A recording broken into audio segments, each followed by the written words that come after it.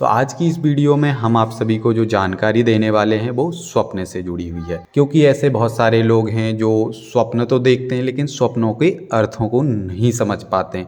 और स्वप्न के जो अर्थ हैं इतनी आसानी पूर्वक हमें नहीं समझ में आते हैं, क्योंकि स्वप्न के अर्थ जो होते हैं वो आपके लिए स्वयं को समझने के लिए बहुत ज़्यादा आपके लिए अपने दिमाग का उपयोग करना पड़ेगा, क्योंकि स्वप्न हमेशा आपको संकेत देते हैं। अब संकेत अगर जो व्यक्ति सुलझा लेगा वो व्यक्ति स्वप्नों के अर्थ को समझ जाएगा, पर इतनी आसानी पूर्वक आप स्वप्न के अर्थों को नहीं पकड़ सकते, ना ही आप उन्हें सुलझा सकते हैं। उसे हमें समझने के लिए बहुत ज़्यादा रेगुलर अभ्यास करना पड़ता है, या रेगुलर बेस पे हमें उस चीज़ पर किसी शक्ति के माध्यम से बार बार हमें संशोधन करना पड़ता है अपने सपनों पर, तब जा कर के हमारे लिए उन सपनों के अर्थ हमें पकड़ में आने लग जाते हैं। तो ज़्यादा बात ना करते हुए अब हम आगे की आप सभी को जानकारी दे देते हैं कि जो इस वीडियो में हम आप सभी को बताने वाले हैं वो यह जानकारी देने वाले हैं कि कैसे हमारी शक्तियाँ हमसे स्वप्न में किस तरह से बात करती, कैसे हमें संकेत देती हैं और कैसे हम उनको समझ सकते हैं। तो हमारे ही कुछ सपने हम आप सभी को बताने वाले हैं जो कि हमें अपनी शक्तियों के माध्यम से प्रेरणागत होकर के आए हुए थे। तो उन स्वप्नों के अर्थ हम तो समझ गए थे, क्योंकि मैया रानी के आशीर्वाद से हम स्वप्नों के अर्थ मैया की कृपा से समझ पाते हैं। थोड़े बहुत ही सही, जितना भी मैया की कृपा और प्रेरणा होती उतना हम स्वप्नों को अपने समझ जाते हैं, और कई बार बहुत सारे लोगों के भी हम स्वप्न के अर्थों के विषय में बता पाते हैं। पर ये सब मैया की कृपा से कर पाते हैं, हमारा कुछ भी नहीं है, ठीक है ना। तो अब हम आगे की आप सभी को जानकारी देते हैं। कुछ समय पहले की बात है, मान लीजिए 8-10 दिन पहले की बात है। उस दौरान हमने एक साधना प्रारंभ करी थी, ठीक है। अब साधना प्रारंभ करी तो साधना प्रारंभ करने के बाद क्या हुआ कि हमारी साधना किसी कारणवश खंडित हो गई थी, ठीक है ना। अब खंडित का कई कारण होते हैं, खंडित में ये ज़रूरी नहीं है। खंडित होने का कारण भी चलो हम बता ही देते हैं आप सभी को। खंडित होने का कारण ये था कि क्या है कि उसमें हमने जो संकल्प लिया था वो संकल्प हम पूर्ण नहीं कर पाए, क्योंकि हमें किसी कारण बस बहुत इमरजेंसी में बाहर जाना पड़ गया। तो बाहर जाने से क्या है कि वो हमारा संकल्प खंडित हो गया।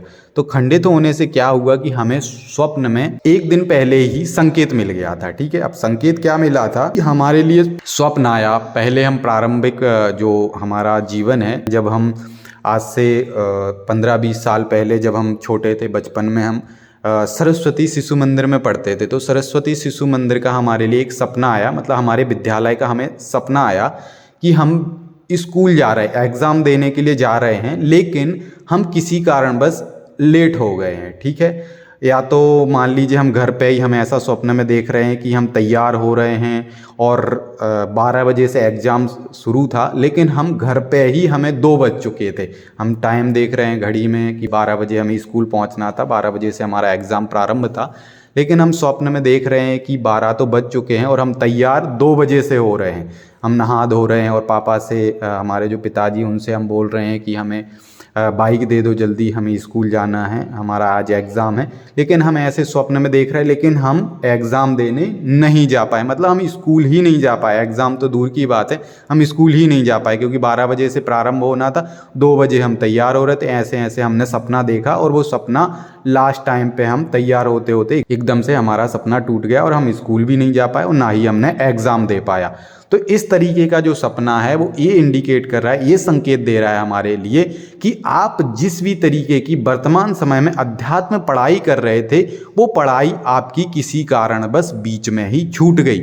आपको जिस समय पर पढ़ाई करने जाना था, या जो भी आप एग्ज़ाम दे रहे थे, तो शक्तियाँ डायरेक्ट नहीं बताती हैं कि भाई डायरेक्ट आपको दिखाई देगा कि भाई आप साधना कर रहे हैं या साधना में जप आपका छूट गया, नहीं। वो सांकेतिक तरीके से बताएंगे। वो समझ आपके अंदर होना चाहिए कि ये जो स्वप्न हमें आया है वो स्वप्न हमसे क्या कह रहा है। तो वो सीधा सा अर्थ ये था उस सपने का कि जो हमारे जीवन में जो चीज़ घटित होने वाली थी, उस स्वप्न ने हमें एक दिन पहले संकेत दे दिया कि भाई जो तुम साधना कर रहे हो वो साधना आपकी खंडित होने वाली है। क्योंकि हम एग्ज़ाम देने नहीं जा पाए और स्कूल भी नहीं जा पाए, और 12 बजे से एग्ज़ाम था और 2 बजे हम तैयार हो रहे थे। इस तरह से हम देख रहे थे, कई बार हम साइकिल ढूंढ रहे हैं हमारी, कई बार हम बाइक ढूंढ रहे हैं कि हम साइकिल से चले जाएँ, बाइक से ही चले जाएँ, लेकिन हम किसी कारण बस नहीं जा पाए, और कहीं और ही चीज़ों में हमें ऐसे लगा कि शायद हम व्यस्त हो गए, जिस वजह से हम नहीं जा पाए। और लास्ट टाइम पे जा कर के वो हमारी साधना जो है वो खंडित हो गई, मतलब कि हम जो एग्ज़ाम ही नहीं दे पाए तो साधना खंडित हो गई। तो अगले दिन सच में वो साधना खंडित हो गई कि हम जैसे कि हमें मान लीजिए शाम को 8 बजे या 9 बजे से जाप करना, पर उससे पहले ही हमें किसी कारणवश कहीं बाहर जाना पड़ा और बाहर जाने की वजह से हम राइट टाइम पे नहीं आ पाए और जिस वजह से वो साधना हमारी खंडित हो गई और जाप भी छूट गया, जिस वजह से वो सारी की सारी हमारी जो 11 दिवसीय साधना थी वो खंडित हो गई। तो इस तरीके से जो सपने होते हैं वो इस तरीके से हमारा मार्गदर्शन करते हैं, वो किसी दूसरी रूपरेखा को लेकर के आपके विषय में मार्गदर्शन करते हैं, आपको सचेत करते हैं, आपको संकेत देते हैं, बस हमें उनको समझना आना चाहिए। ज़्यादातर जो सपने होते हैं वो इसी तरीके से आते हैं, सांकेतिक तरीके से आते हैं। बाकी अब हम दूसरा एक और सपना आप लोगों को बताते हैं जिससे आप लोग और भी अच्छे से समझ पाएंगे। तो फिर से जब हमने साधना प्रारंभ करी थी, तो साधना प्रारंभ करने के बाद में उससे एक दिन पहले हमें क्या सपना आया वो भी हम आप सभी को बता देते हैं। वो सपना फिर से वही सेम आया कि हमारा जो विद्यालय है सरस्वती शिशु मंदिर, हम उसमें पढ़ने के लिए घर पे तैयारी कर रहे हैं। मतलब कि हमें ऐसा प्रतीत हो रहा है कि अब हम फिर से हमारी जो स्कूल है, जो विद्यालय फिर से प्रारंभ होने वाला है। फिर से छुट्टियां थीं, लेकिन छुट्टियों के बाद में अब फिर से विद्यालय प्रारंभ होने वाला है। फिर से सारी चीज़ें, फिर से जिस तरीके से 3-4 महीने की छुट्टी होती है गर्मियों में, फिर उसके बाद में विद्यालय प्रारंभ होता है। तो इस तरीके से कोर्स शुरू होते हैं। तो हम अपने रजिस्टर तैयार करते हैं कि इस बार हमें पूरे रजिस्टर, जिस तरीके से हमारे टीचर, हमारे आचार्य हमें पढ़ाएंगे उस तरीके से हम पूरा नोट करेंगे, या सारे विषयों पर हम अपनी फुल तैयारी करेंगे। जो भी जैसे भी हमारे टीचर हमें पढ़ाते हैं तो हम अपनी तैयारी कर रहे हैं। तो इस तरीके से हम अपनी तैयारी कर रहे हैं कि हम अपने रजिस्टर सजा रहे हैं कि अब हम पूरी फुल, अब की बार जो भी पढ़ाई होगी हमारे आचार्य द्वारा, हम वो पूरी नोटबुक पर हम अपनी लिख करके रखेंगे, मतलब कहीं कोई कमी नहीं रखेंगे।